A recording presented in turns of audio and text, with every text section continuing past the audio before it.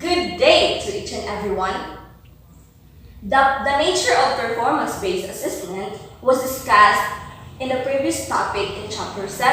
And now, in my topic, you are going to know on how to design a portfolio assessment. There are steps for developing portfolio assessment because designing requires planning and a clear idea about the purpose of the portfolio. First step is to identify overall purpose and focus. Why? Because you have to have a purpose. Why do I want a portfolio? So there are purpose and focus in every item that you're making, not just for yourself, but for the students learning. In order for the children to learn, you must identify the focus and the purpose of the portfolio. In line to the overall purpose and focus are the questions: who will create the portfolio? If it is individual, that is guided by the teacher, or in cooperative learning by groups, or it will be groups that is guided by the teacher. And the second one is what type of portfolio you're going to give to the students. What is its purpose or objectives in making that portfolio, the categories, the criteria, and who are going to make the rubrics in judging that certain portfolio.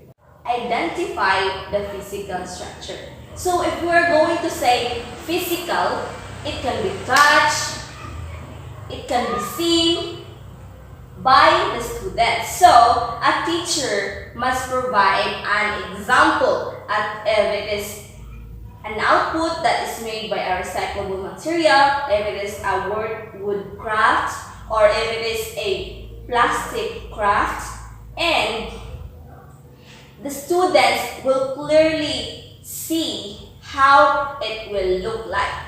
What is its categories? If it is numerically, alphabetically, and it depends upon the subject on how you're going to create in your portfolio. For example, in science subject, you're going to create a portfolio that is a 3D model. So a 3D model of a heart.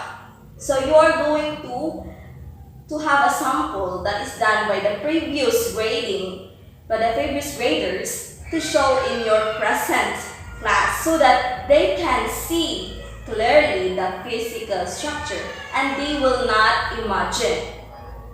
Because the choices of product and work outputs can influence students on what they are going to include in their portfolio.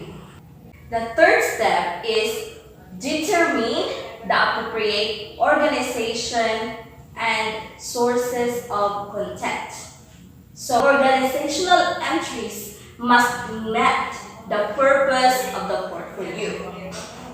And it depends upon the subject again. If it is in English, you're going to have a portfolio of poems and letters. If it is in science, the experiments, the conclusions of the experiments. And if it is in social studies, the social structure of the government. And it must be aligned on the purpose of your portfolio. Align with the content of sources, you must consider the source and the content and the dimension. So the source, if it is related to your lessons, and the content that is well explained and it has given all that the rubrics is asked, and the dimensions are met based on the criteria. Because as a teacher, you are assigned to assess if the student has grown in the previous topic you are discussing, and if he or she has attained your lessons, and if he or she progressed.